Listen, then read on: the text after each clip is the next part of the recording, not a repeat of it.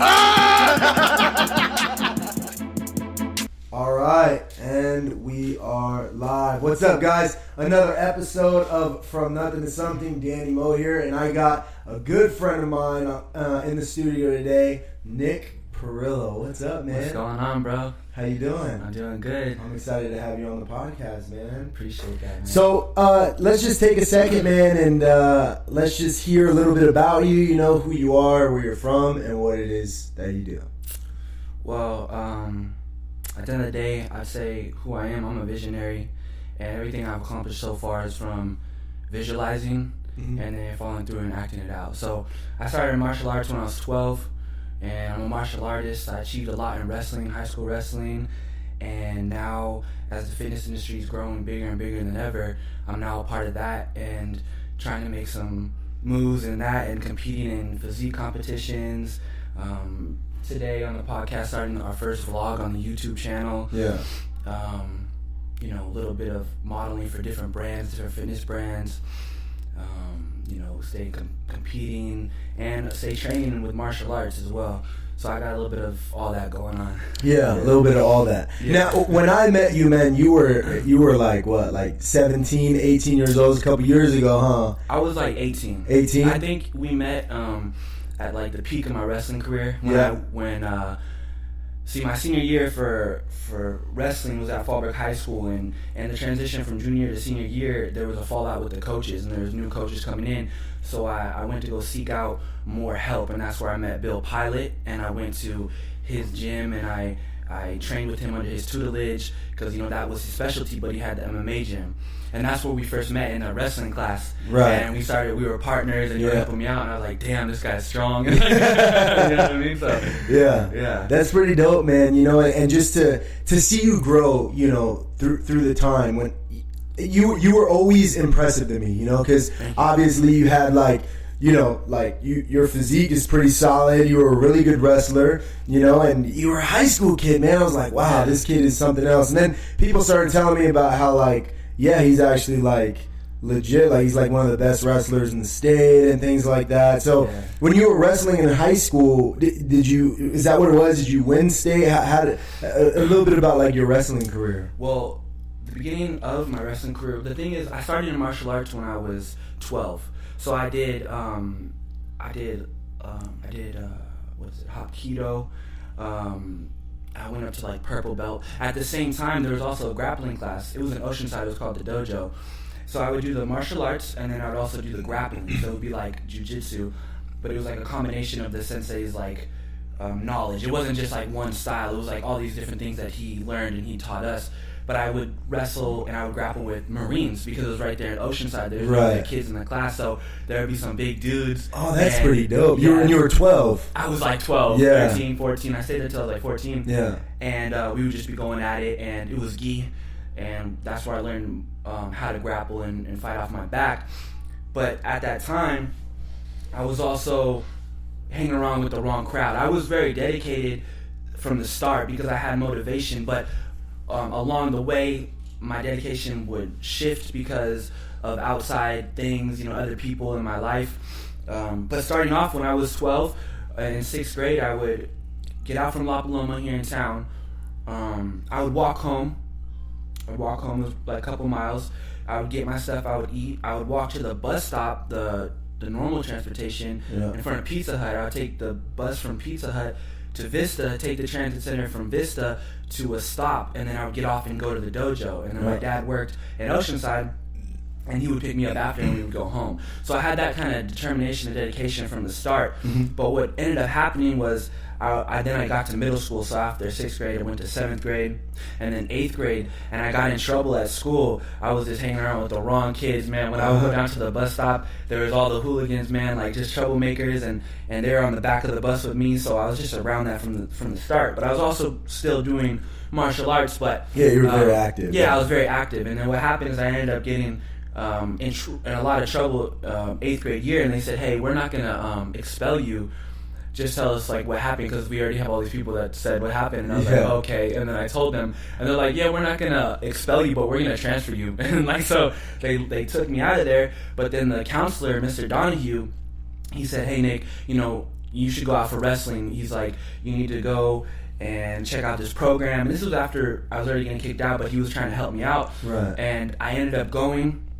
I did 8th grade year wrestling and in the kids club program. But the thing about Fallbrook, what it's always been known for is having a small program. It's been fairly weak. We've had some pretty good standout guys, but from the time period I was there, it was not the primary sport. Like football for Fallbrook is what everybody raves about. That's what they hype up. That's what they promote. No, most people didn't even know we had a wrestling team. But there was only 2 kids in the 8th grade program. One kid's name was Kai, and the other kid's name was Hunter. And his brother was in the high school program, and I became really good friends with them. But there was really nobody my size. So I was basically practicing in tournaments. That's when I really got the competition and got to, handle somebody my size, because the other 2 kids were very small. Yeah. So it was really like I had no practice 8th grade year, but I just was thrown in a competition. And I gotta say, it was way different, because I did a few high school practices during the holiday seasons. I would jump in there and I would get thrashed. It was a crazy comparison. Even though I was grappling with Marines at the dojo, the intensity and the style of training and the way you would just keep going, and you do like Shark Tanks and Ironmans where one guy stays in and you just keep getting going. In like wrestling. And wrestling. Right. So even though the dojo had the older guys in high school, these guys were savages already and had that style of training, and that's when I got introduced to that hardcore training where you were just getting smashed and you didn't know if you were going to make it out of practice. So it's so funny, man, because like when I grew up wrestling, and I'm from Connecticut originally, and there's just a lot of, it's different, and I try to tell people that all the time. Like, the one thing that I'm going to make sure my kids do, at least try, at least for 1 year, is wrestling, because I just think the intensity and the difficulty of it is, it's above par when you compare it to any other sport. And it teaches you such important things, you know what I mean? Like, just about life. Discipline's the most important thing. And in wrestling, man, we used to have, we never had tryouts for wrestling or anything like that. And, MMA wasn't that big yet when I was in high school.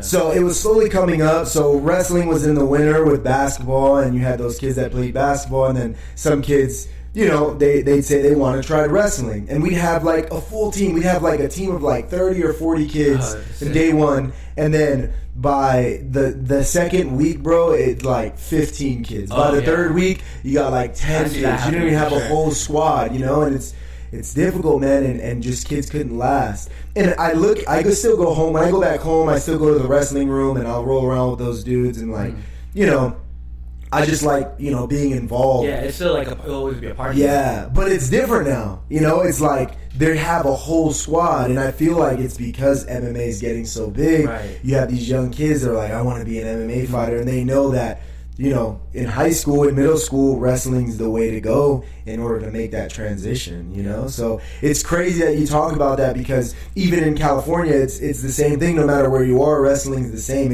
It's gonna be hard. You have these kids that are fucking grinding, that are just coming up and just fucking killing it, Exactly. Their mindset and their concept of hard work is so different than somebody in like basketball that's doing sprints. They have no idea. Yeah, it's completely different, man. That's pretty dope. So you started wrestling, right? So you went from working at the dojo with these Marines and stuff like that, and doing like some form of grappling and martial arts. Yes. And then you started in high school. You started wrestling, or so in 8th grade? It was 8th grade. Okay. And so I wrestled for like the season, so I'd say like half a year, because as I got into high school, I would wrestle year round. I'd do preseason and off season to get good very quickly. But for 8th grade, I just did the season.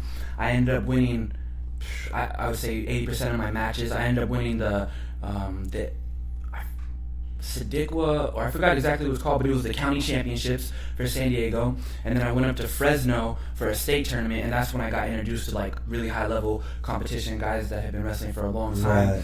And did you get smashed up there in Fresno? You know what? I won my first match, lost my second one, and this was in a time where I was young, so I lost that second match, and I almost couldn't come back from it. There was a phase where I would be almost mentally couldn't come back from it, and like I really hurt, and my dad was like, you got to go back out there, and it would be hard to come back. And this was the beginning phase of where I really learned how to overcome things and where I would handle adversity. Because I was like, Right. man, I came so far, I lost this match, Yeah. and then, you know, looking back, it's like, well, just go wrestle another one. But back then, it was the end of the world. Yeah, it's the end of the world. You don't want to go back out there. And that's the other thing. Like, when it comes to wrestling or MMA or any of these, like, combat sports, it's like, you can't blame it on anybody else, No. you know? While and that's the interesting part. I think that's the best part about, you know, these types of sports is, you know, at the end of the day, the glory's all yours, but also the failure's all yours. Yeah, it's all on you. You know, in football, we can easily blame the quarterback or the receiver. If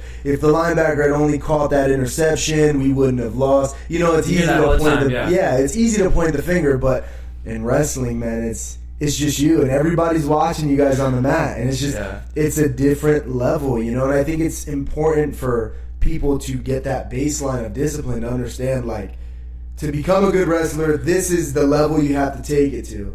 And when you take it there, you realize, like, man, I can do this anywhere. I can implement this anywhere in my life. I can do this anywhere I want. It changes your life. Yeah. It changes your life. So you were like, I mean, obviously you were a stud wrestler. You know, you went up to Fresno and you got introduced to high-level wrestling there. You lost your second match, and it kind of, you know, brought you down a little bit. Yeah. But you bounced back, and then what happened next? I ended up losing the third match, you know. So it was a life lesson, you know, of going up there and facing high-level competition. So I got past that phase, and then I went into high school, you know, as a freshman.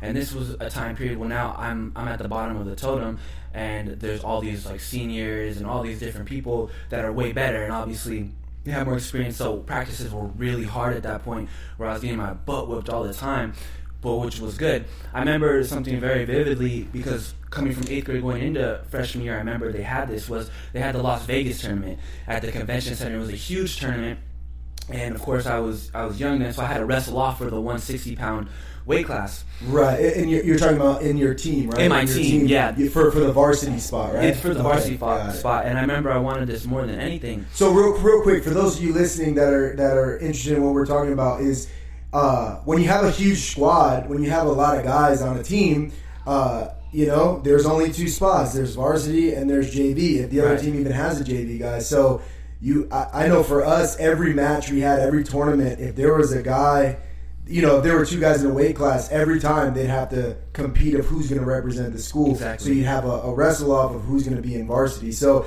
not only are you trying to compete against the other school, but now you have to be at practice and you have to fucking wrestle against your teammate just to be able to in front of your whole team, you know, one at a time.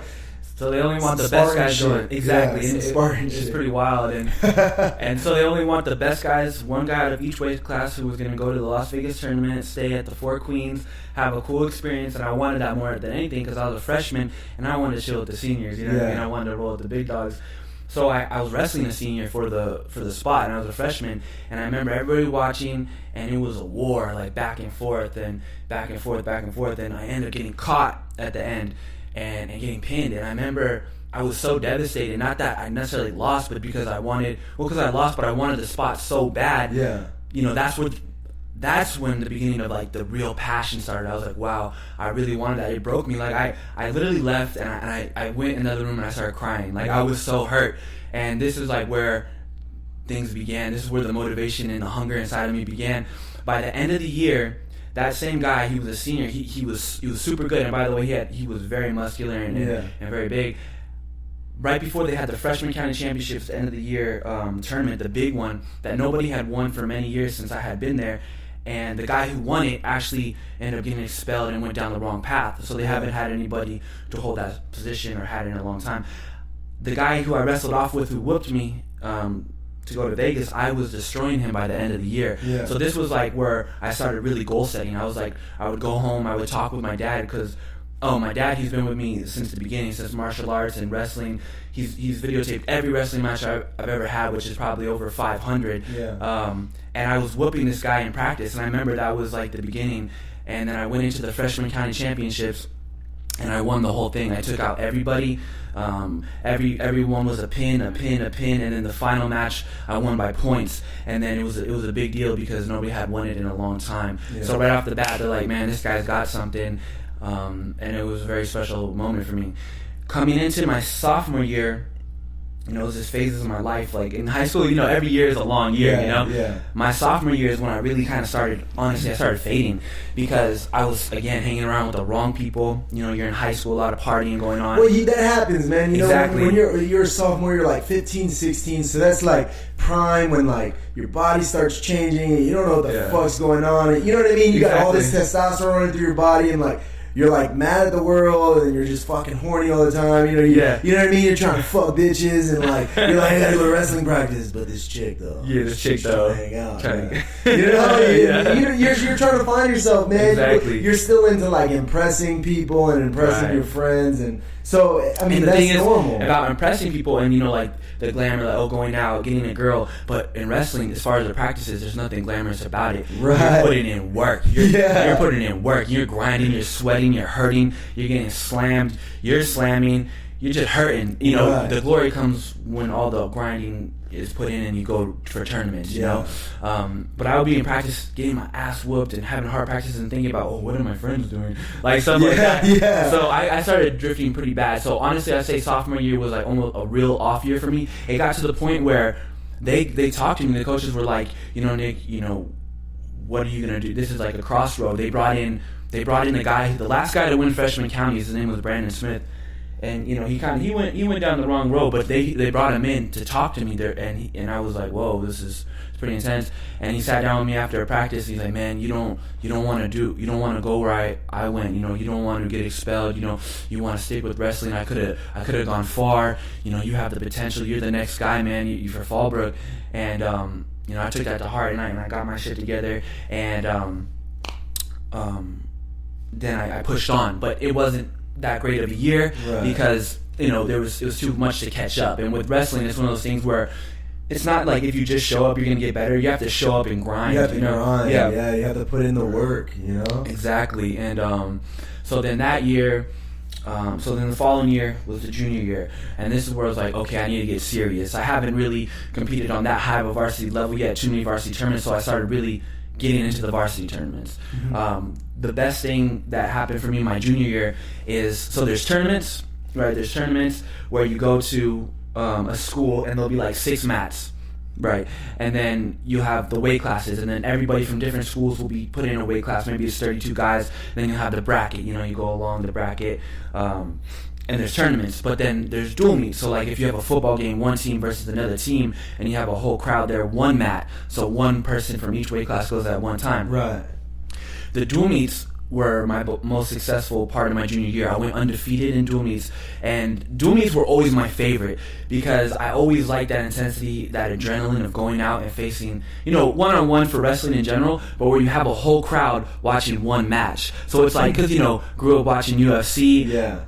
All throughout my wrestling career, back in my mind is I'm gonna be a UFC fighter when this is over. This is the build-up. Was that your goal? It was my goal because I always watched UFC and I always heard Joe Rogan say the best base to go into UFC or MMA in general is wrestling. It's American wrestling, and I was like, yeah, it is. It's always been like that, It's funny, man. You bring up the meets, and it's like it makes me think. It like brings me back for a second. Like I'll never forget just the stress of like a meet. Because you wake up at 5 in the morning, you go to your school, the coach makes sure that everybody's on weight, you make sure you got everything, you get on the bus, you drive whatever the distance is to the fucking meet, and then literally if I walk into a high school gymnasium, and just the smell of the gymnasium brings me back to like, you're just stressing out, it's mats there, you're there all day, you're just waiting for your next match, you're making sure you're on weight, fucking peanut butter and jelly sandwiches you're trying to fucking munch on after you weigh in. It's just, fuck, man, for like a 16-year-old kid when you think about it, and you're there all day just watching wrestling, and you're just watching like, oh man, this guy's pretty good, we'll see how he does against this guy, I don't know how I'm gonna do against him, and it's like, the stress is so intense, but it's so necessary.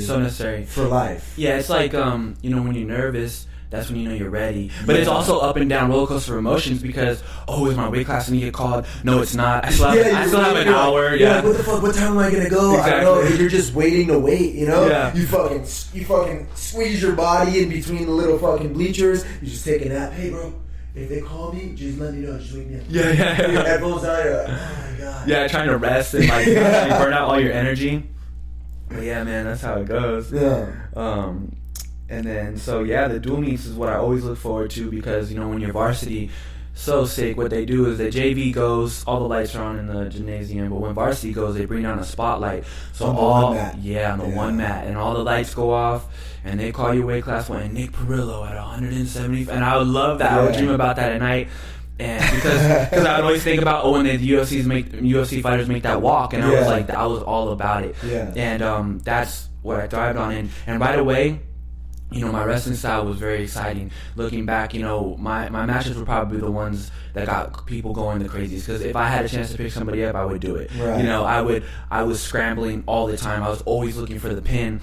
I didn't care about the points. I mean, at the end of the day, I have won a lot of matches with 30-second wins. You know, I think my fastest one was like 6 seconds or something crazy like that. But at the end of the day, the most rewarding matches were the ones where they were wars. Yeah. And when you knew this dude was like as good as you, if not better, if you guys met on another day, and you had to overcome. Yeah. You know, you don't know what was going to happen, but you were going to fight to the end. Right. And that's. You ever had a match, man? You ever had a match in high school where like you just look at the dude and you know it was like a last minute fill-in. They just need a guy to be in the weight class. You're like, oh, I'm about to fucking destroy this guy. You know what I mean? Oh, You're like, poor kid. He has no idea what's about. Yeah. I was like, yeah, I've had those. You got some, yeah.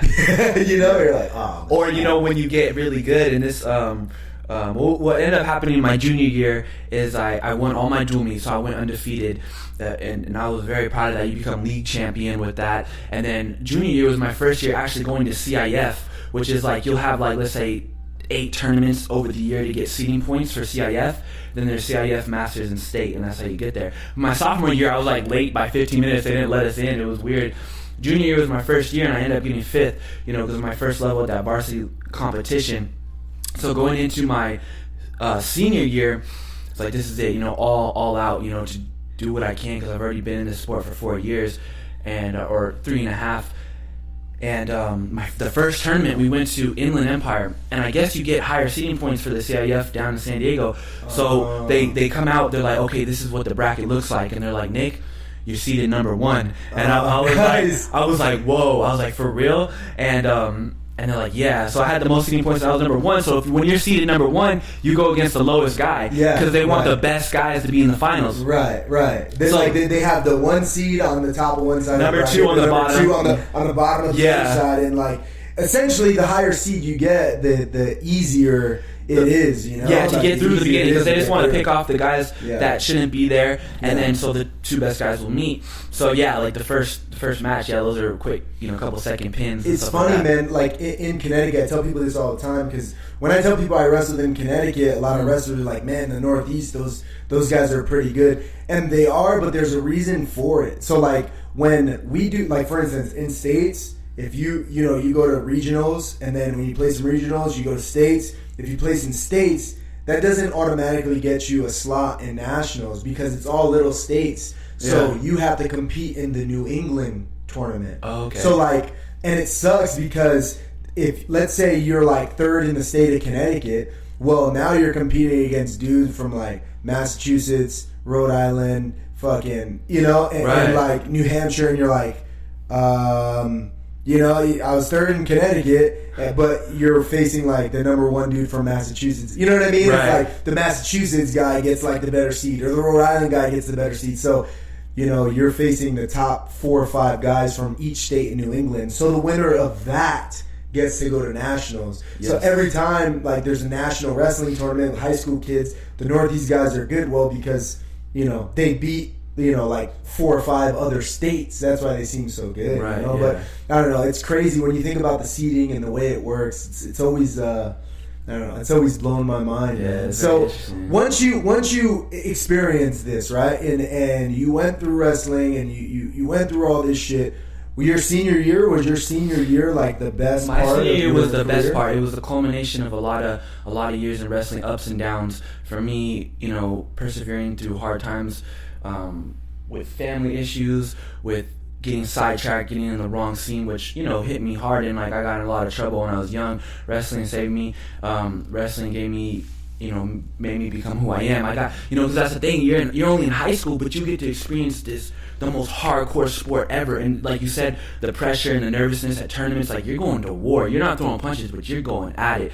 So my senior year was the year where I'm going to put it all in. And what ended up happening was the end of my junior year, I got my girlfriend at the time, I got her pregnant. So what we did is we made the switch. So right next to the school is a place called Oasis. It's another high school, but it's independent studies. And what's so great about that gave me the opportunity is we both switched to Oasis, but you could still do Fallbrook High School sports. So that helped me out a lot. So when my son was born my senior year, I would be at home taking care of him with her, and then I would go to school once a week and then get all my homework. And then after, I would go to practice. But what happened was my senior year, I was the top. There was nobody in practice that was better than me. There was nobody the year before that was better than me. So hold on. So this Oasis school, so it was basically like it was you were still it was one of those programs where you were still able to graduate and walk with like your the thing is there's 3 schools. But it's different. Was it like is that? Yeah, well there's 3 schools right there on the corner where the high school is. There's Fallbrook High School, there's Ivy High School, and then there's Oasis High School. Fallbrook High School, standard high school. Right. Ivy is the continuation program for kids that are messing up and need more credits. So that's the one that's more iffy. The Oasis, you actually need really good grades to get in because they hold you to a higher standard to be able to get all your work done on your own, and you really are not being taught. You teach yourself by reading the book. But you were getting homework once a week. Getting homework once a week for the whole week. So all the chapters normally that are like high school that would take each day to slowly like learn it, you could just learn it all on your own. So I would get it all done like Monday, Tuesday. Do you feel like that helped you be better? Like, do you feel like how they say everything happens for a reason, but instead of like being in class all day and dealing with like normal stressors, like you went once a week, you got the work, you did the work on your own, and the rest of the time was spent obviously being a dad, but then you got to focus. Do you feel like it helped you focus more on wrestling? Absolutely, because one thing about high school too, as I got older and also having a kid, is that I had no time for the childish bullshit, that comes along with gossip, bullshitting in class. Once you have a kid, somebody want to judge me for my situation, and I knew when I had my kid, I was like, okay, I got to take off. I got to have some success in my life because I'm not gonna just be another kid where people are like, oh, this kid, this and that, and like. I wanted people to not be able to say anything about me but good things, no matter what my situation was. So what happened was, having my son really made my senior year. I say if it wasn't for him, I would have never achieved the things I did because I just stepped up to a whole new level. I mean, my junior year was good. I put it in, but now I was putting in work. What happened was, there was some good guys in practice, but nobody that was better than me. Because, if you want to get better, you got to have somebody that's better than you. Yeah. So what I would do before practices, I would run 3 miles from my house to the high school. So I would start off, I would already pre-fatigue my body. Right. Then I would go into practice for 2.5 hours and wrestle with everybody, and then I would be left in the middle and they would keep switching out fresh guys. Like a Shark Tank. A Shark Tank, Iron Mans, all that. And then then we would lift. So I'm training for like 4, maybe 5 hours sometimes a day. And then would you run back? I wouldn't run back because I would just leave it all at practice. You know what I mean? It's like, fuck. Yeah, and this is at a time, too, where I didn't fully understand nutrition. I didn't know anything about nutrition. My dad, he always fed me good meals, and he bodybuilded in his time, so he taught me how to lift. And I started lifting, when I was wrestling, but I didn't really start lifting seriously until I was, like, the end of junior year, senior year, till I really started, like, okay, I'm trying to get as strong as possible. Because what was happening is... Hold on. Hey, Dad, can you fix that real quick? I don't know what happened with that camera. I just looked up. See if you can... If you got to re-record, then just do it. Fuck it. Is it still going? No? I don't know what happened to it. What? It's full. Is it? Yeah. Alright, don't worry. You know what? Oh, man. Go in there and delete the last video that we did. If you just click the photos, and it'll delete the last one. My bad, bro. My bad. I saw that and I was like, what the fuck? All right, so go ahead. So after practice, you would fucking. I would before practice I would do the 3 miles. I would wrestle practice for 2.5 hours. I would lift after, and then I would go home because it would be late. So I would do that constantly, and then of course I would go home and take care of my son, and then with his mom. And then what happened was I just had goals at the beginning of the year. My goal was to pin everybody. my goal. Yeah. I wanted to pin everybody. I wanted to finish everybody. Right off the bat, the senior year, I was seeded first, and this was like a shock to me. But I was like, you know what? I'm in this position. I deserve it. I ended up making it to the finals, and I took second to the guy who was seeded second. So right off the bat, I was like, okay, I'm in it, but I have to work harder. And then the whole season, it was second, third place. There was this huge tournament that like I could never really fathom back in the day because it was just so much above me. But it was weird. I just made this leap in progress because I was putting in so much work with my technique, and I made it to like the third place match, and I took this guy so lightly because he just looked like nothing, you know. Yeah. And I learned my lesson, and he ended up being really good, and I ended up like dominating by the end and was riding him out, but time ran out. He won by a couple points, and then I learned never to underestimate anybody that year, because then I was getting a little too overconfident. But the guy who took second at that tournament, I had beat in the freestyle season, dominated him. So you would have like weird placings, but you beat this guy, but you're just trying to place as high as you can for the seeding points at CIF. But the thing is, with the lifting, ever since I started wrestling, when I would lift, and especially when I started getting serious about it, I was like, I need to get strong. Because by the time my senior year, I was at the top of these tournaments, I was facing the guys that have been wrestling since they were 4. Yeah. So, when it comes to martial arts, it's like there's no real making up for 10 years of experience. Right. So I was trying to get as strong as I could. Because like my technique was lacking in a sense that, I'll be honest, the coaching was never always picture perfect sound. There was programs, in San Diego like Poway, even Temecula up here. These programs are top of the line. Fallbrook has always been a little iffy. The techniques have been okay. What Fallbrook was really good for is just having brutal practices, and everybody was in crazy shape.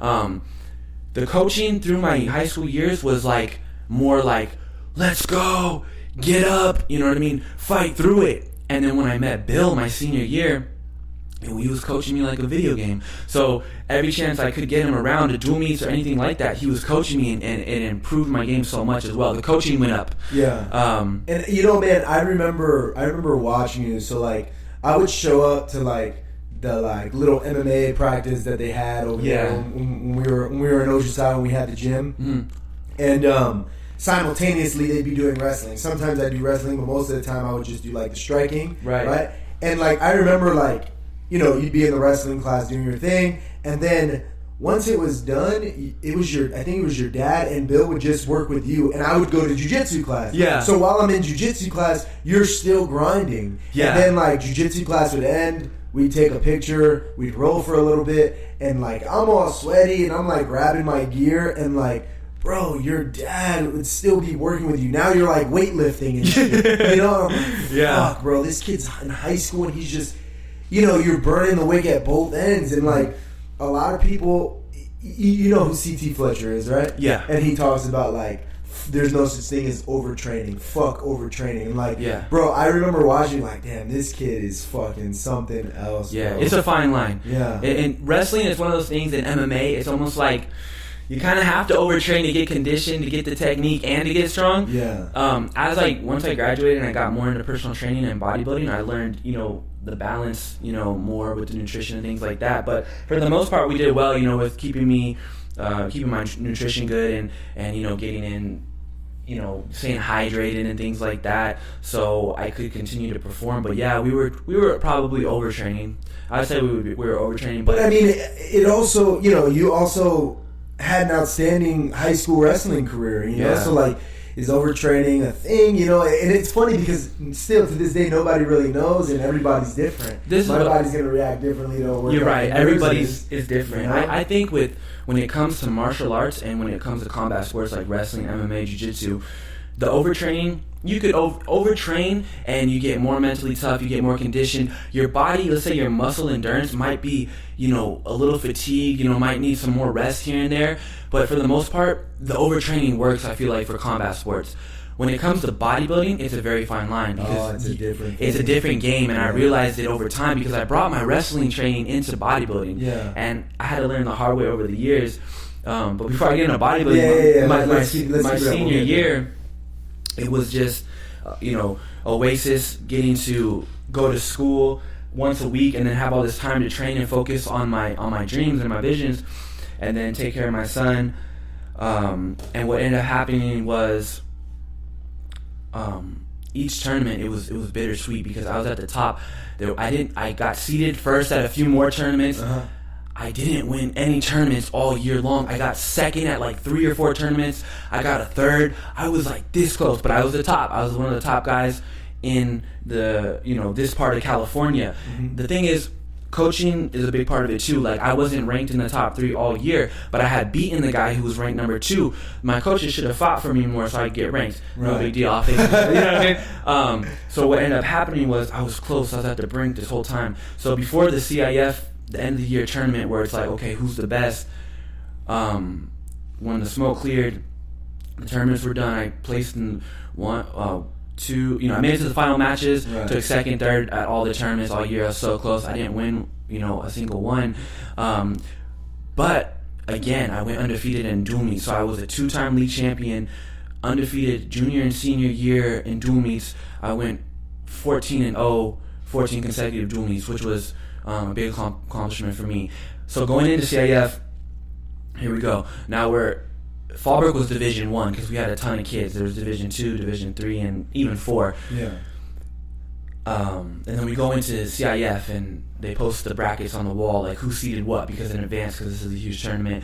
And boom, there I am, seeded first, because everybody in this division didn't rack up as many seeding points as I did. Because it depends too on the tournament. Like, you could get second at a huge tournament, and some guy got first at another tournament, but I had more seeding points because my tournament was way bigger. Right. So I was first, and I'm looking down the list of the guys, and I'm like, there's not too many top contenders where I feel could touch me, you know what I mean? Because there's CIF, Masters, and State, so there's levels to it, but this is the first one. But then there was this guy who they put in, his name was Fawad. He was seeded number 2, and he came down from 195. My senior year, I wrestled 180, so I'm like, okay, I hadn't wrestled this guy all year. He hasn't been in my weight class, but he's cutting weight to He's coming for you. He's coming for me. He's cutting, yeah. Out of all the divisions, he's like, you know what? I can get down, and I can beat this fucking guy. Right, exactly, yes. Yeah. So I seen it coming, and his teammate from Escondido, his name was his teammate was named his teammate that was in my weight class all year. His name was Ryan. He got hurt, and he was like the top guy, and he went out. This guy who came down, his name was Rodriguez. So they're on the same team, so they kind of corresponded. Like, oh, I'm out, go down to 180 now, right? Because whatever reason to beat me. Yeah. So then it was really hyped up. Bill came to that tournament. I ended up running through everybody. I was just pinning guys at CF, and since 8th grade year, when my coach first walked me into the wrestling room and he introduced me to an alumni guy, he said, "This is Brett Jones. He's a CIF champion, second at Masters." I was like, whoa, like, I don't really know what that is, but I learned. And for years, like 4, going on the 5th year, I would lay in bed at night and dream about CIF, because that's as far as my mind had gone. I've only been to CIF once, my junior year. Dreamed about this forever. So this was the biggest moment in my life. I felt at this time, as far as setting goals, other than the birth of my son and things like that. Yeah. And then I made it to the semifinals. I'm like, okay, now the guy from the semifinals was from Helix. This guy was buff. He was big. But it varies. There's guys that don't look that menacing, but they're really good. Their technique's awesome. There's guys that are really monsters, but they're not that. This guy was both, and he was doing the Mike Tyson to me. He was on the other side, staring me down, pacing back and forth, and I was, of course, I was like bouncing up and down, and I was shaking my head like, oh yeah, let's go. Yeah. And I was like, this is it. I go to the finals, and we went in there. I locked up with him. He was strong. We were throwing each other around for a minute, then boom, caught him in a pin. Got him. Then we move on. Now they clear all the mats, because there's like 6 mats going for this whole tournament. Right. They have the finals. Now everybody, the whole gymnasium is filled with all the wrestlers, because all the wrestlers are done wrestling. Only the finals. And then there's this back room, and then I was with my buddy Jared Herrera, Bill Pilot, and we were working some technique. And the thing is, Bill, he really went out of his way to mentor me, because the night before he moved to Fallbrook, after the gyms closed down, he moved to Fallbrook, and the night before the CIF tournament, I was over there with a buddy of mine working technique in his living room. I was ready, I was like, I'm gonna do whatever I can, and he was showing me some great moves, and they really paid off in the finals match. So what happened is, right off the bat, I meet with this guy, Rodriguez, and I can tell you what, I've never been more nervous in my life. I went to go take off my shorts, put on my singlet, and my body was tingling like crazy. Because, it's not just a normal match. Not only is it not just CIF, but I've been dreaming about this for 5 years. Yeah. And then I go to my coach. We slap hands. I'm tingling. He walks out. He's doing his walk. He has a huge team, so they're right in front. They're screaming, and we go at it. Boom, boom. We're going back and forth. Boom. Right away, I take him down. I slam him to the ground. I almost catch him in a pin. He rolls out. The rest of the match was pretty conservative. We were kind of going back and forth. He would go for a takedown. I would reverse it. Got him. All my points were done from takedowns, from being aggressive. His points were from escapes, and then they gave him a point one time for me backing up. They said it was stalling, but I was the one who got all the points from attacking. Right. But I was just waiting my time, feeling him out. Another point, they got him. And then like a third time, and they gave him 2 points. So it was 7-6. I was leading by 1, and he got all these extra points. So there's like 30 seconds left in the match, and he hits a takedown, and we go right on the outside of the mat, but his feet were still in. I had like 1 foot up, 1 leg down. He wrapped his hand around my waist. Boom, 2 points. There's 2 referees, so I'm looking at one. Giving it to him. They're like, boom. They gave him the takedown, and then I was like super fatigued because it was already at the end of the 6-minute match. And so now 7-8 him. 7-8 him. Like I got to go down on the mat, and I have to explode up. So they blow the whistle. Boom, I get up. I'm trying to get out. He picks me up. He slams me to the ground. Boom. I was looking at my dad. He was looking at me. We had that moment, Yeah. And then I had 15 seconds. This was it. At the end of the day, this was like the end all be all. Yeah. And then boom, I got up. I like snuck my hand in around, and then we were clinched up. Now we're facing each other. And then boom, they were like 1. So now it's tie. The buzzer goes off. Overtime. I was like, whoa, you can't be anymore on the edge of your seat for this finals match. I look over to my coach. He's like, we do this every day in the room, because we do like overtime matches. So when we're dog tired, it's like 30 more seconds, and then so there's 3 overtimes. The first one you start standing, the second one you're down on the ground, third one you switch positions. Right. So we're starting standing, and then we're going. I'm like tired. In the match, I remember looking back. I put my hands on my knees, and I was that tired like for a split second. Then I put them back up, and then. Really quick, the first interaction, I went to go grab like almost a sweep single. I pulled it up, and it was the takedown that I had just learned the night before with Bill. Yeah. He taught me it just the day before. I never seen it before, where you grab the leg on the outside, you wrap your hands around his waist from behind, and you spiral him down. Yeah. And I got it. I swinged him down, and then I had him, and then a timer went off again, and I look up at one ref. He's just staring at me. I'm like looking like I didn't get the points, but there's 2 refs. So I look over, and he says 2, and I got up, and I won the CIF championship. And I got up, and it was the culmination of so much hard work. And I got up, and it was, the greatest moment of my competitive career ever. And he was really mad after that. And I went back to my coaches, and you know what? I was in tears. I couldn't believe it. I was like, this is the greatest thing ever. Setting a goal for so long and finally achieving it. And then Bill looked at me. He's like, "We're not done yet, man. We got masters." But I had never been there, so my goal setting wasn't that far yet. So that was a wrap. CIF gold medalist, the last one for like 8 years from Fallbrook. We end up going a week later to the Masters tournament down in where was it? El Cajon. I forgot. It was somewhere far though, and I was seated like 5th or 6th. There was a lot of other good guys there. And the guy who was seated 1st, 2nd, and 3rd, these guys have all been wrestling for like many years before me. So like, really young power weight since they're like 4 or 5. So I knew it would be tough. Anyways, we go on through these matches, and I beat some guys who I had beaten a guy who pinned me at a finals match earlier in the season. Yeah. So I got my payback for that. Yeah. So that was like a tournament I could have won. And then I go into like the semifinals match, and I wrestled this guy named Andrew Tausch. This guy was a beast, man. I still follow him on Instagram. We talk sometimes. It's really cool. But yeah, I was like, and this was the cutoff because it was a 2-day tournament. So the next day I would be facing him. So I had to think about it all night in bed, thinking about this guy who I was going to face, this guy from Poway. And we ended up wrestling off, and he was just really good. And he got me with a lot of takedowns. Ended up teching me. He just had a lot of points over me. Oh so, man, he texted me. That's always rough when that happens. Damn it. I was feeling it with my conditioning with that guy, but I'm pretty sure he was wrestling since he was like 5 or 6, real young. It's tough, like you said, man, with these people that like, they came out of the womb with this fucking singlet on. It's for real. And like it's rare. And there's some people who just they're.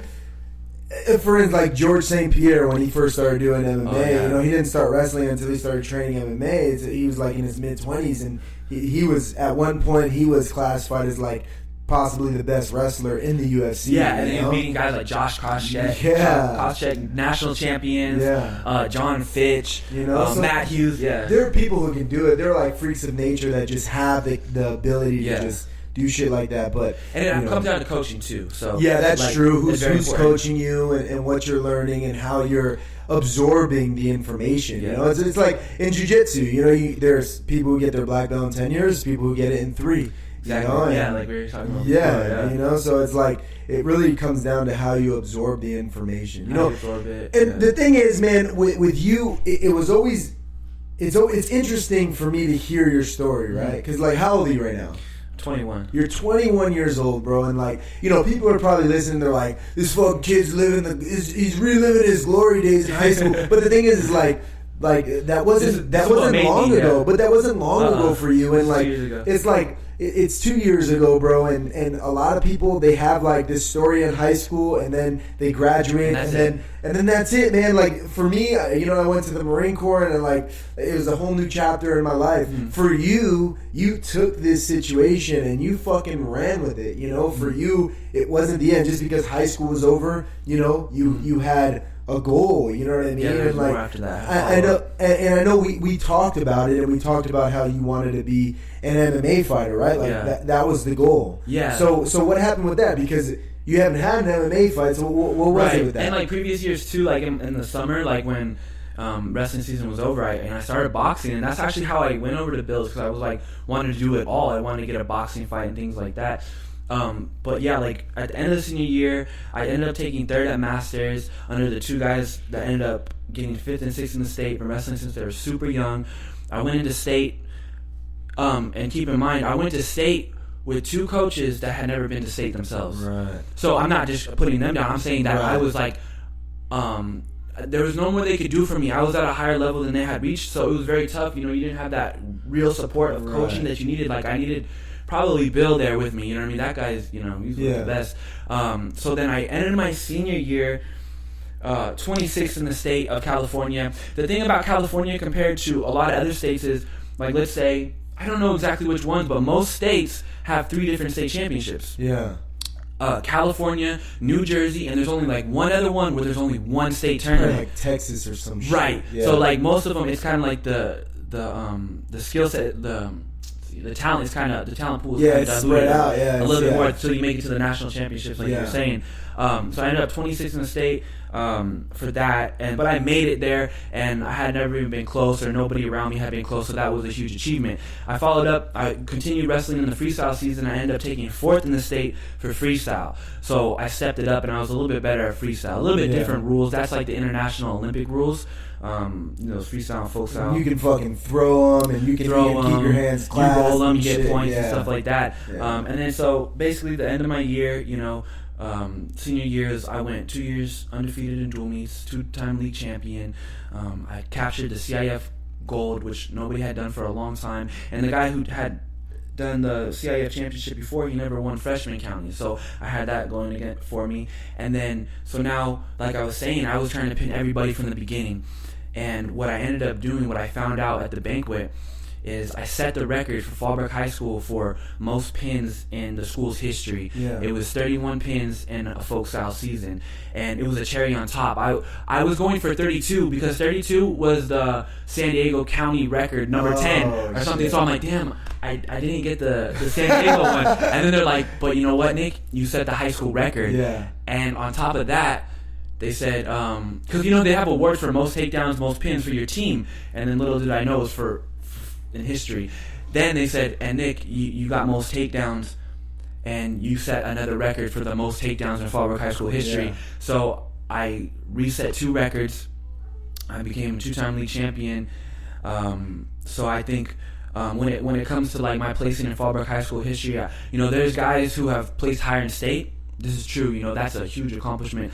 But when you have the records, I was pretty happy with that. Do they have do they have your name up on one of those things? You know what? I don't even know, because that's the thing about Fallbrook High School is with the wrestling, they kind of You know, they didn't give it as much attention, but I'm gonna go back there after my next show, my bodybuilding show, and I'm gonna start helping out the team and get back in the groove, because right now I'm personal training a kid who's on the team, and he wants me to come in and help, and I'm like, yeah, it's still a part of what I do.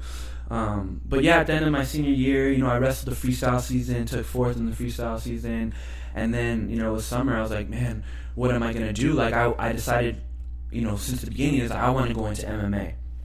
That was the goal. I got to be a UFC fighter. I'm surrounded by all these savages who know MMA. I had Bill, and that's when my dad kind of had to talk, like, you know, I don't know if it's a good idea. But keep it in mind, this whole time, my dad's been cornerside for all my wrestling matches. He's videotaped every one I ever had. And he always bought me UFC DVDs. So since the beginning, we would go out, watch the pay-per-views, and then he would buy me DVDs. That's what I wanted. I didn't want, like, anything else. The surprise was bringing me a UFC DVD or the Ultimate Fighter season.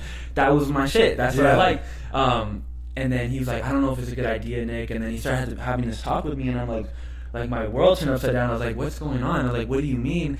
And then he's like, the more and more I look into it, you know, there's concussions, injury. I'm like, yeah, that's true. You know, I know this. Yeah. And then, you know, we look closer at the fighters' pay for UFC, and, you know, an undercard on UFC Fox is like $2,500 to win. It's so funny. Yeah. I had YL last week, YL Watson on, and we were talking about that, how it's a grind, bro, and it's rough. It's not fucking easy, man. You know, like, being a fighter is not the lavish life that, you know, everybody sees on TV. Yeah. You know, people see Conor McGregor, and you tell them you're an MMA fighter. He's like 1% out of how many? You know what I mean? So it's know, it's like, it's rough, bro. It's not an easy role, and the damage that you take is, you know, there are some people who.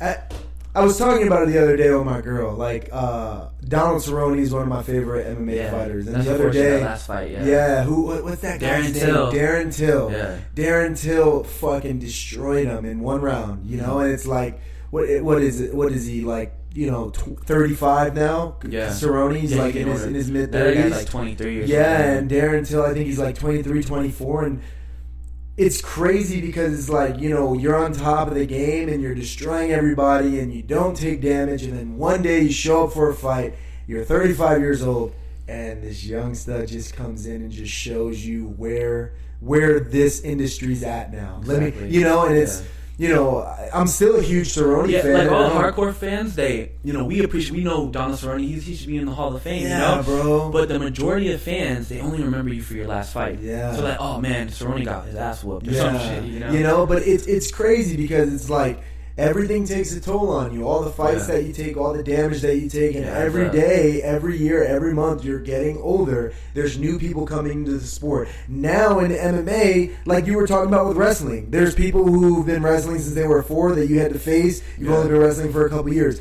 Now in today's MMA, bro, there are MMA fighters that have been fighting since they were like 12 years old. Exactly. You know what I mean? They've been training since they were like 10, and now they're like 20, getting contracts to the fucking UFC. Look at what's that one kid's name? He got signed at 19 years old. His jiu-jitsu's not that good. I mean, hopefully he's hurt nothing, but he's like the bodybuilder kid. Fuck, what's his name? He's super friendly. Sage North. You know what I mean? Like Sage Northcutt.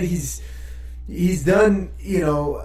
How he's like 19, 20 years old, 21. He's like your age right now, and he's in the UFC, and he's been fucking doing martial arts his entire life, you know. And it's just crazy to think about, you know, when it comes to MMA. It's definitely something that you want to consider if it's something that you really want to do. You know, it's not an easy life at all, and your dad saw that. You know, I think about it a lot, man. Like for me with the Marine Corps, right? Like I was in the Marine Corps. I know it's fucking difficult. It's hard. It's not an easy life. There's a lot of bullshit. When my kids tell me they want to be a Marine, honestly, I don't know if that's the route they want to go, man. You know, I might, you know, Decker's over there laughing. He's like, nah, man, don't do it. Yeah, you know. But I don't know if you know, obviously they want to do it, they're going to do it, and I don't mind if they do it, but that's not the route that I'd want to push him to, because I've been there and I've done that, and I understand the difficulty of it. Yeah. So I think your dad just really analyzed, you know, what you're going to be facing. You know, and if he wants to send you on that journey, you know, so it's a real conversation. You know what I mean? And the thing about my dad is, like, he's been my biggest mentor, and like, I'm fortunate enough to have a relationship with him where we're like best friends. Like we work together, and he taught me everything I know about lifting, and then I moved on from that with wrestling. We would go home, he would give me vitamins, he would make sure I was eating the right food, and nobody else, like from my team at least that I knew, had a relationship with their father like that. You know, I mean, we butt heads a lot. You know, it's normal. You know, but I appreciate you, Dad. By the way. But yeah, so I know he had my best interest in mind, and the thing is, so what we did is, instead of fighting MMA, you know, right away we're like making the transition. Okay, I need to make money. I have a son, so the smoothest transition possible was, okay, become a personal trainer. And when I was, training my senior year in wrestling, I was at a gym called Martial Arts Concepts, call it MAC. And one side had martial arts studio, the other side they built a gym like right in the middle of my senior year. And I was working out one day, and my dad told me, he predicts the future, like everything he says like comes true. And even if I was like negative about it, he's like, just stay positive, Nick, stay pumped up, because I've always been hard on myself, and I think that's why I've gone far, because I never have been like satisfied with what I've done, but now I'm coming into my own, and I'm satisfied and grateful for every step of the way and every journey, and I've learned that as I matured. But he was like, stay positive. Who knows? You'll be training people here before you know it. I'm like, nah, I don't know. Like, I don't think you know what you're talking about. Yeah, and then Master Dan, the owner, he's like, hey Nick, when do you start training people? And like here, and I was like, I need to get certified. And he like called it. He called it. So I started getting certified. I started training people there. It started off with family, friends. Maybe some kids from the high school. They knew my wrestling career. They're like, okay, this kid knows what he's doing. And I always had like a pretty good physique in wrestling. I always had abs and stuff like that. Yeah. Abs and stuff like that. Look at this guy. He's all fucking. He's like, yeah, I've always had like these weird little lumps on my stomach. It's weird. I don't want to show you. It's just from training and stuff like that. So, and not even eating good, just from training so hard. Well, pretty good. My dad's always fed me. Yeah, but diet's the key thing. I mean, and I'm sure you were probably eating shit that you should have been eating, and you just grew up on it, so to you it was normal. Exactly. Yeah, you're not like Decker's over there. His body's sponsored by McDonald's, huh, Decker? Yeah, and so I just kept pushing on. I just kept training, and I wasn't sure. I went through the summer, and I decided not to go to college right away because, there was, I said, I'll make money personal training. I'll find a way to do things. Like my dad, he managed nightclubs. He sold real estate, and he only went to like a year or two of college. And like I was like, I'll figure it out. Maybe I'll go, but maybe just not right now. That's just what I told myself. We got time, man. College is always there. I'm fucking 27. I'm a freshman in college. Right. So you got time, bro. Right. Yeah. So you just come into it as you go. But then there was a trainer at my gym. And he had a lot of clients, and he trained a lot of bikini girls who competed. And one day he showed me this poster. It was in the summer, and he's like, "It's called the World Cup, INBA, PNBA. It's a natural tested show for bodybuilding, and there's different classes. There's men's physique and there's bodybuilding. Men's physique for somebody who's not as massive." And I was like, "Whoa!" And I was getting in better and better shape. I was putting on more muscle. I wasn't doing as much conditioning from wrestling, and I was like, oh, this looks good. And the thing about my dad is, as wrestling kind of ended, he brought me more and more about the bodybuilding side now that I'm a trainer. And the weightlifting. And he worked with, legends in the game. He worked alongside Frank Zane for a little bit, who's considered the greatest physique of all time. Well, at least the most appealing one that people want to have. He had other friends that I didn't even know about till later. A gentleman by the name of Dean Tornabene, who was the only man to hold a national bodybuilding title and a national powerlifting title. He holds the record for 640 something pound squat for only weighing 155 pounds. So he knew a lot of people in the industry, and he was real connected. So he always taught me. He always knew off the bat. So we're like, okay, we're gonna do this. We're gonna get ready. And we were following like a random a diet, because my dad knew a lot about the training, but he wasn't pinpoint perfect on the eating, because he never actually competed in a show back in the day, but he bodybuilded, just for personal satisfaction and things like that. So we were going off the diet from this guy Danny Torgel, who showed me the poster, and we were getting kind of stringy. We were losing weight, and like I think it was kind of more of a diet that could have been for a bikini girl.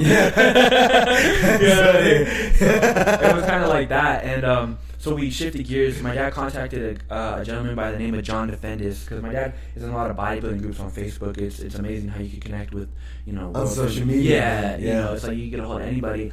And my dad went to school with him they went to the same school. They were never friends, but he knew him through Facebook, and he was a huge bodybuilder back in the day, very successful, and he has one of the biggest personal training companies on the East Coast. It's called Ultra Fit, and so he started helping me out and gave me some diet ideas and some workouts too, you know. But at the end of the day, I never met him in person. He helped me a long distance, and I was very grateful for that. So we switched the diet like the last 2 weeks, and then we went into this World Cup show, my first bodybuilding show, so I didn't know what to expect. You know, I practiced the posing a good amount. You know, there's like this posing, okay, like what's this stuff? And then basically we show up to this show, we drug test, you know, the night before we register. We show up, boom.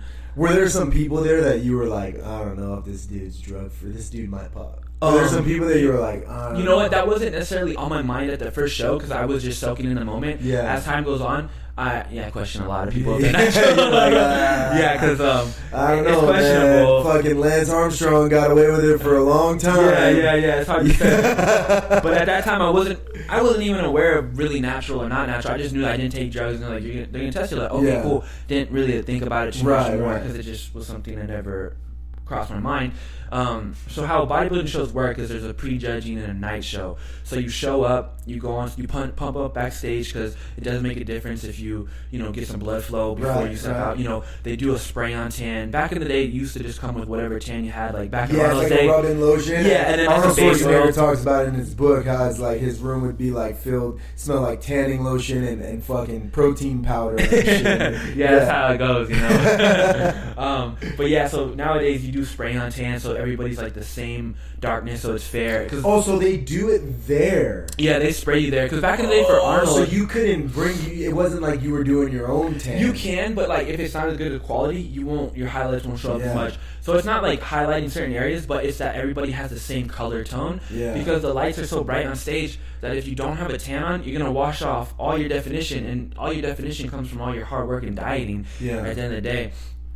So the tanning is important. Then they put glaze on you, so everything shows to the max, to the fullest that it can. Mm-hmm. So you go on stage, and there's a pre-judging, and then there's a night show. So you 2 times to come on stage. Now there's different categories. I was in the men's physique division, but there's also more categories to that. There's like, if you're masters, if you're over 40 years old. There's novice if you've never done a show before. Then there's open, like any age that's not pro yet, and there's also a pro division. Me coming from wrestling, that made me. I don't want to do the novice division. I want to go against the best guys, whatever age. Just give me a shot, just see how well I do. But my dad was like, you know what, you're 19. So this was like the following year after my senior year in high school. He's like, you're 19, so you might as well do the junior men's category and the open. Yeah. And I was like, okay. So nobody was in the junior men's category. I just got handed a trophy. I honestly, I was so upset backstage because that was the first time I was going to walk on before I went into the open division. Yeah, and it was just they're like, it's just you. And I was like, I got to go out there and pose by myself. And then nobody's going to be with me. And then they're like, yeah, you got a trophy. You got first place. And I was looking at them like, bro. Like, I'm competing in front of thousands of people for not first place for me. Yeah, this is not cool. Yeah. And I pay money for this. I was like, do I get my money back? So then I went on stage and I got it and I posed and I got a good crowd reaction. Then I came out for the open division and the pre-judging. And what you do is you come out and you do what's called a T-walk. So you come out by yourself first and you hit like 5 poses in like this. So you come in the middle, you go out to the front, you go out to the side, and then you come back to the right, back in the middle again, and you make a T. You hit all your best poses. Then you go off to the side. Everybody does that once. Then they have you single file line in the middle, and they do standard poses like quarter turn to the right, hit a side chest, hit a tricep pose. So everybody can compare you guys. Yeah. So we did that, and then we got off stage, and then you have to wait around all day and come back for the night show where they tell you who got what, and then that's when the crowd comes. And we went out, and then the short class went first because there's 2 classes. There's short class and tall class for the open division. And then the short class went, they cleared out. Then the tall class went out, and then, you have a number, and then we went through the poses again, and they're like, in 6th place, number 72, and so they count down, so it's like anticipation. And then there was 2 guys left, and then they're like, in 2nd place, number 48, and I was like, that's not my number. And then I won first place in the tall class. And I didn't know what to expect, and I was like, oh, whoa. And then they're like, yeah, and then they brought me this big medal, and it was called the World Cup, so they brought me this cup, and then I was like, oh man, this is so cool. And then like I was like, it was a really cool moment. It was very similar to like, I would say, you know, CIF, you know, pretty close, because it was just something I had never experienced before. And then they're like, okay, put your trophy to the side. I'm like, they had everybody file off but me. They're like, okay, put your trophy to the side and bring me your medal, like some lady off on the side of the stage. Yeah. I'm like, okay, like this is my first time ever. I had no idea what's going on. Never seen a show before. And then they're like, oh, it's a pose down. Have you ever seen the movie Zoolander? It's a walk off. Yeah. No, but they're like, it's a pose down. and I was like, what's that? And then so they had this like shorter guy come out, because he's the first place guy in the short class. Oh. And I was looking at him like, wait a minute, isn't he in bodybuilding? Because like I seen him he was in 2 divisions. He was in bodybuilding and men's physique. Oh, so this dude was just like fucking. Well, he wasn't that big, but I just remember realizing that this guy was in bodybuilding too. I was like, damn, this guy's. He's legit. Yeah, he's like up there. And then he's pretty good. And then they're like, okay, now we'll pose off. And it was just me and him. And I had not planned for this. I had no idea what was going on. And I was just hitting these random shots. And then like looking at my dad and just doing random stuff that I hadn't even practiced. And then everybody was going nuts. Yeah. And then I didn't want to look at him, but I was doing my shots. And then I was kind of in the corner of my eye. And he would turn around and hit a back shot. So you would do. I would turn around. I turned around and hit a back shot. And it was really cool. And then they're like, and your overall champion, 2015 World Cup winner, Nick Perillo. And I was like, no way. I was like, this is sick. I was like, I win again. I was like, I got the tall class and this one. This is cool. And then they brought out, they used this one more for pitchers. Like, it was this huge cup. Like, the thing was like almost as big as me. And they're like, oh, hold it and kiss it and take a picture. Yeah. So that was like the big like glorifying picture. And then you had a smaller cup you took home with you. That World Cup stays like year round.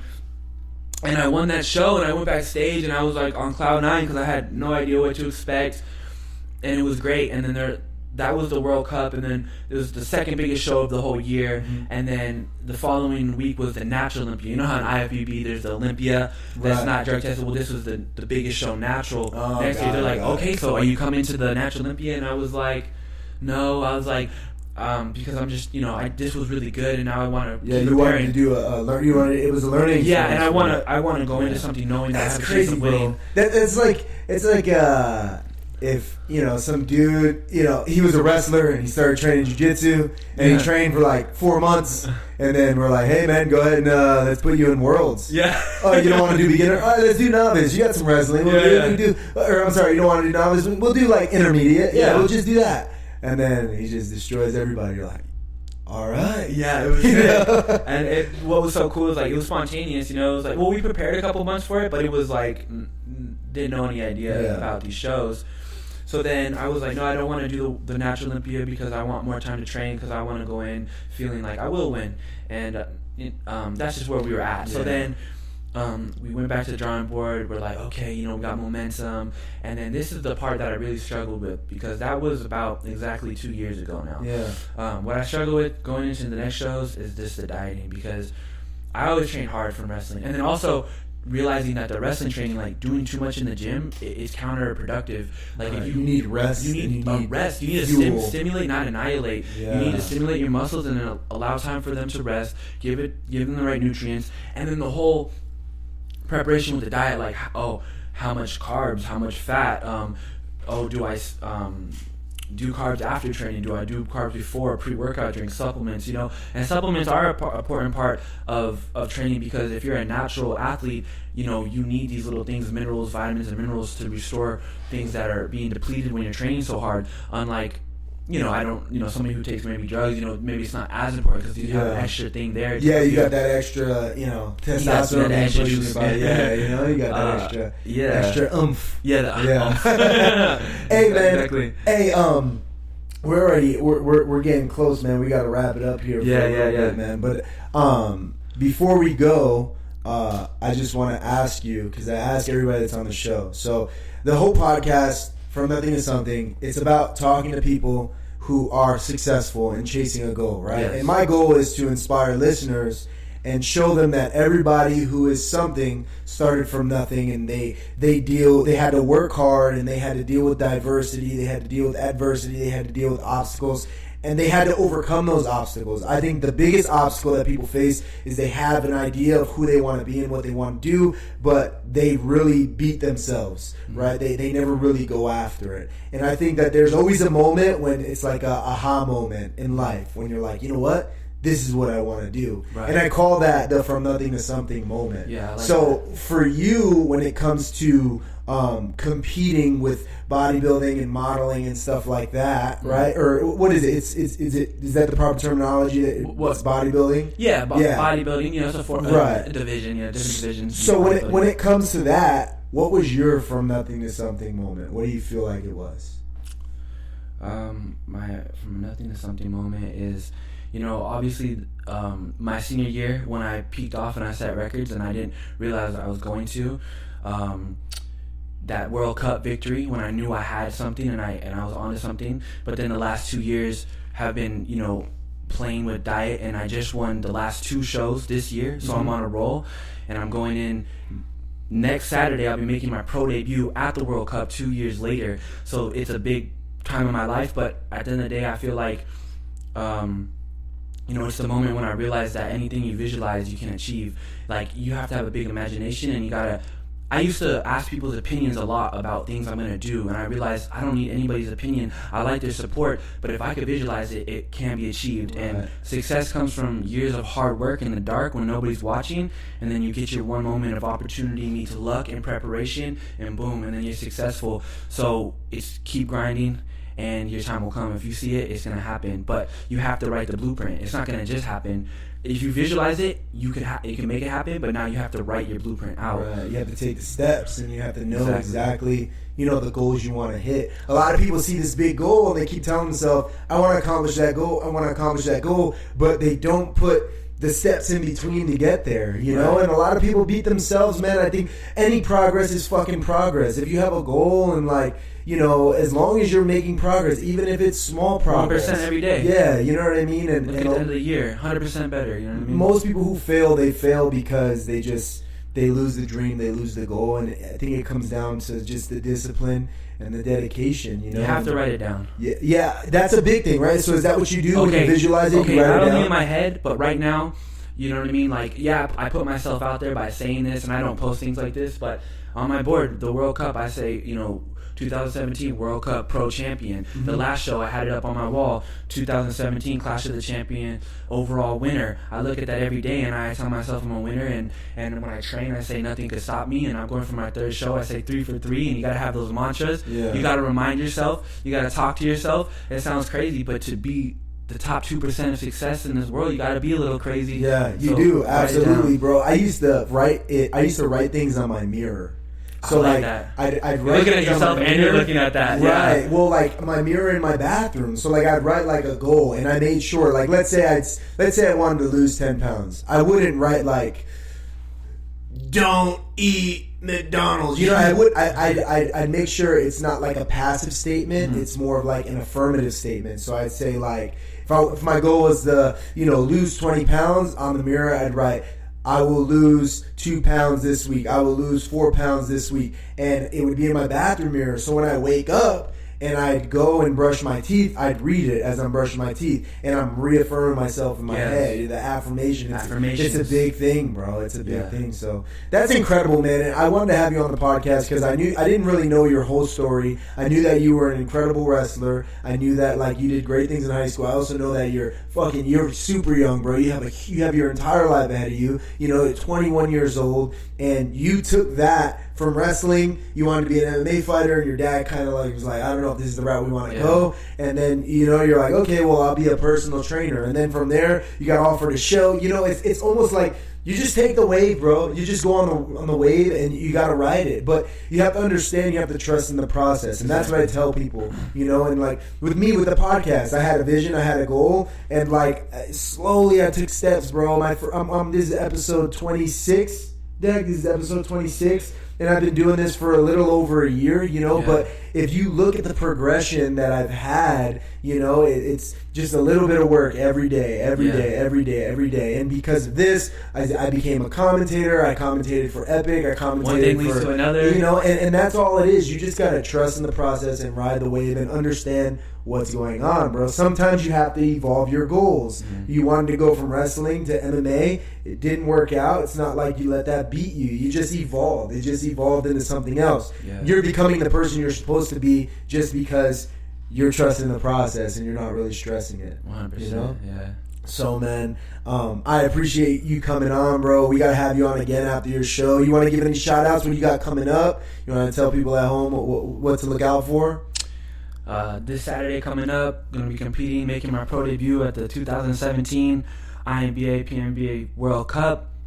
Where's that at? That's going to be in Glendale, California at the Hilton Hotel.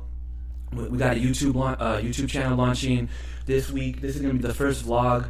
Nice. I figured it'd be a good introduction. Tomorrow, I'm going to be doing some more filming, some commercial-like productions. I'm really getting into making films. I like a little bit of acting. I like a little bit of storytelling. So this is going to be a next step. We got some big modeling opportunities coming up as far as photo shoots. We got some tomorrow, and looks like we're going to be working with some big brands coming up here in the near future. So there's a lot of things on the horizon, and just going to keep grinding and pushing forward. Yeah, that's dope, man. Yeah. That's dope. Well, man, I appreciate you coming on, man. You got your boy here. Yeah. While recording, it's a little tight Arnold space, Sanchez you know. right here, Arnold and Decker. Yeah. Decker's on the computer making sure everything's On the sounding sound right. check, sound Fucking check, 1, killing 2. it. Hell yeah. Hell yeah. Well, from nothing to something, guys, I appreciate you tuning in. We'll see you guys next week. As always, make sure you're tracing your dream because you know we are on our end. All right? We love you guys. We're out. We'll see you later.